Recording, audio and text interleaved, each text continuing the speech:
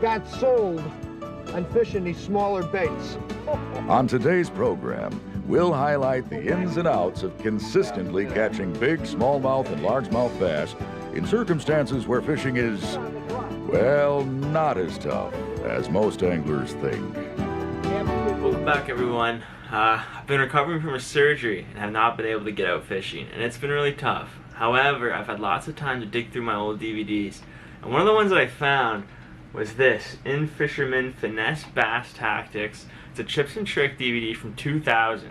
So I decided, why don't we go back together and check out what they were trying in the dawn of the new millennium. So we started things off here sitting down with Al and James Lindner, and they're going to show us this tactic called the float and fly. I don't know where they are, but they found the honey hole, man. They're just bringing these fish in right off the bat. We're catching smallmouth bass on crappie jigs underneath a float, a system of fishing that was developed in Kentucky, Tennessee in the winter months.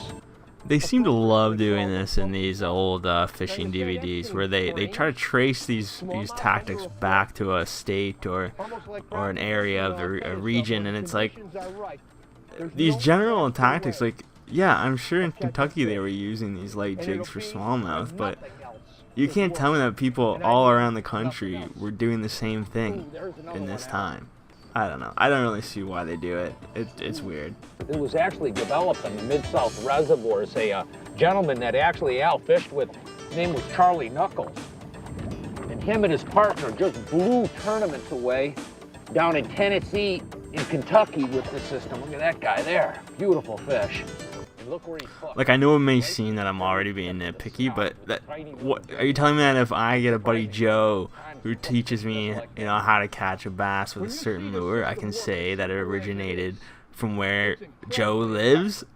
It's just, I don't really get it. Like, people, I guess without the internet, right, nobody really could claim fame to any tactic. You get used to lobbing the cast. It's pretty simple, that lob cast. You bring the rod back, and it's almost like fly fishing in a way with a spinning rod.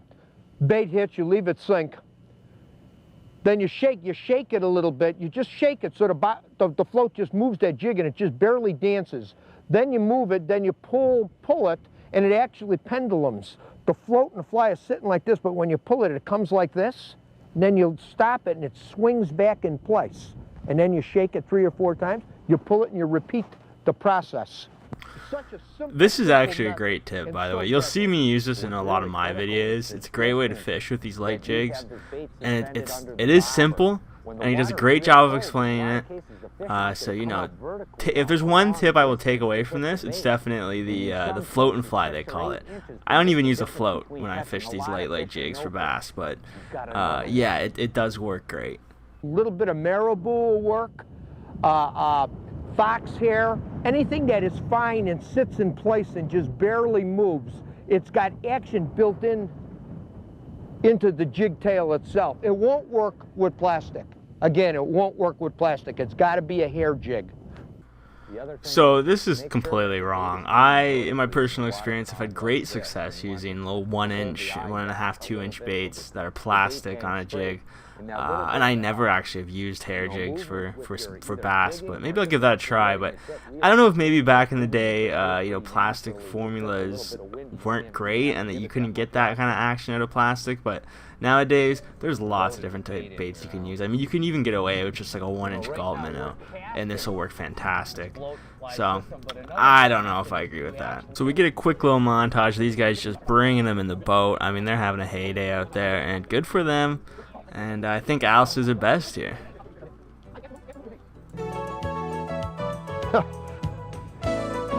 You like smallmouth bass fishing, you got to give this a try. It's a system that you will absolutely have to add to your bag of tricks. So we've now moved spots, and we get a good little segment on the difference in bass depending on the location around the states, and I think it's pretty interesting, so I'll touch on that quickly, but I don't really have much to say. Not all bass are created equal. Look at that baby, huh?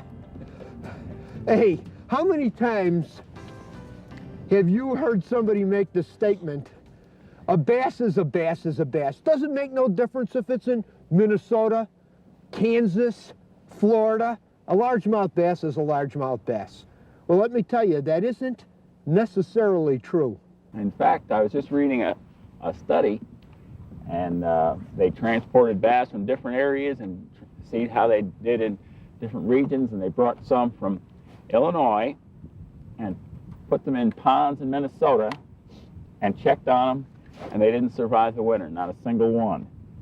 They just couldn't tolerate it, let alone fish from, say, Tennessee or Florida. They're a unique breed, specially adapted to these really rugged, harsh winter conditions.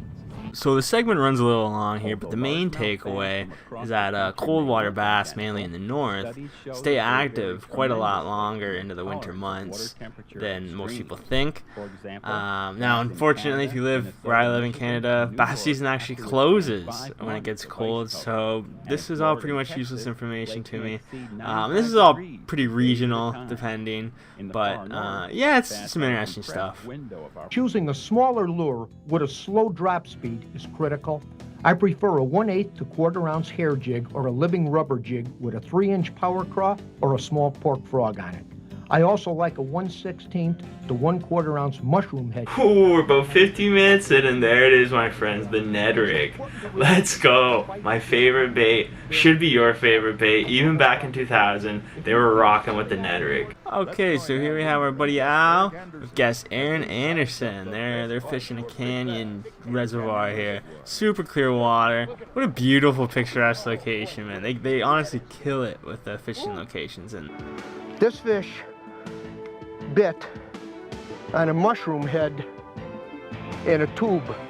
so this whole segment is they're just preaching about the tube, and I do think the tube might be a little bit overrated, but this setup with the shroom head jig, you know, it's essentially the Ned rig.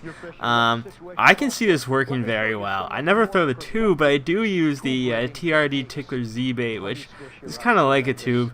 And I've had great success with that in clear water and in pretty much every kind of sort of water. So definitely something to give a try. I could see that working. Standard mushroom head jig is a great option for subtle bottom bouncing retrieves. An interior weighted tube is a good way to fish with a slow swimming retrieve. If I'm fishing around heavy cover like brush or weeds, I'll use a Texas rig tube. There we go. One of the real important things is the matching the head weight to the grub you're throwing, the size of the grub you're throwing. Realistically, these fish that are keying in on minnows are feeding on big bait. And a lot of times these big grubs with a relatively light weight, right now this is a 4-inch power grub, and I have an 1/8 ounce jig head, mushroom head jig, and that's the right jig weight for the particular situation that we're fishing here. Most of the areas we're fishing here is probably about 15 foot and shallower, and we're literally just sweeping the bait over these rock humps, through the ditches, any available cover that's in this structure. So it's a really highly efficient means to cover water quickly.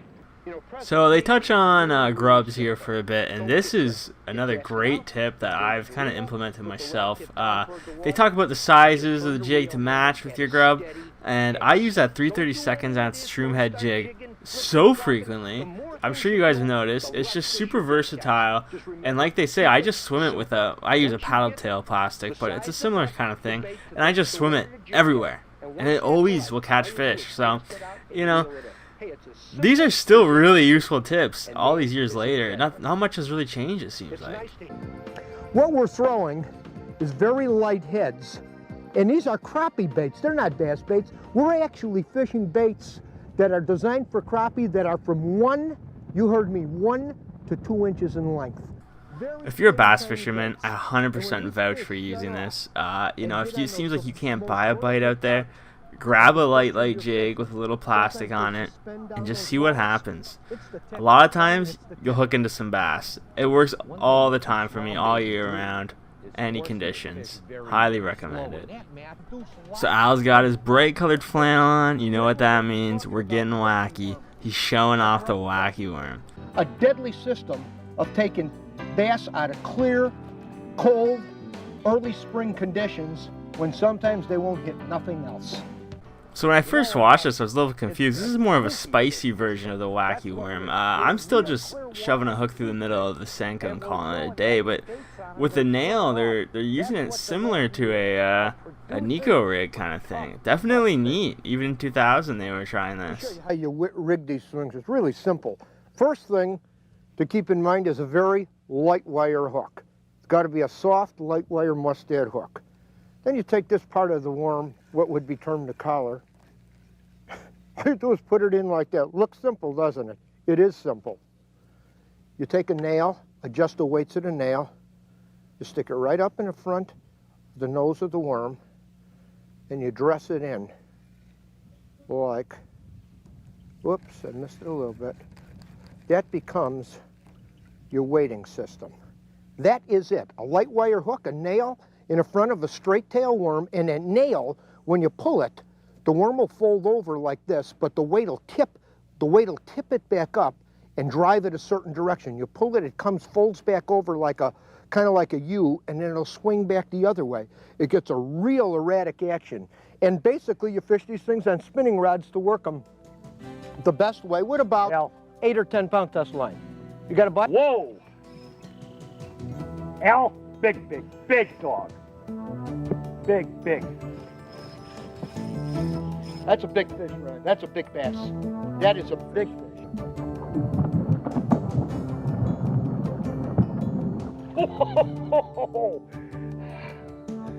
The wacky worm. Fish, big and small. Beautiful fish, Al. That's such an insanely huge fish. Yeah, the worm is my go-to. Maybe I'll throw a nail in the head and see what happens, but the wacky is great, and I highly recommend it. In the big picture, finesse fishing is unquestionably a highly effective means to catch bass in a wide variety of situations. And that's it, my friends. You can actually find this on YouTube. I will link it in my description below so you can go watch the full video there. And that channel's got a great archive of old fishing stuff. So, you know, if you got a day of doing nothing, I recommend checking it out. Thanks for watching, guys. If you want more of these, maybe I'll do a couple more while I'm still recovering here. Once I get back to work, I don't know how much of these I'll be watching, but we'll see. Thanks for watching, guys. Please like, comment, and subscribe.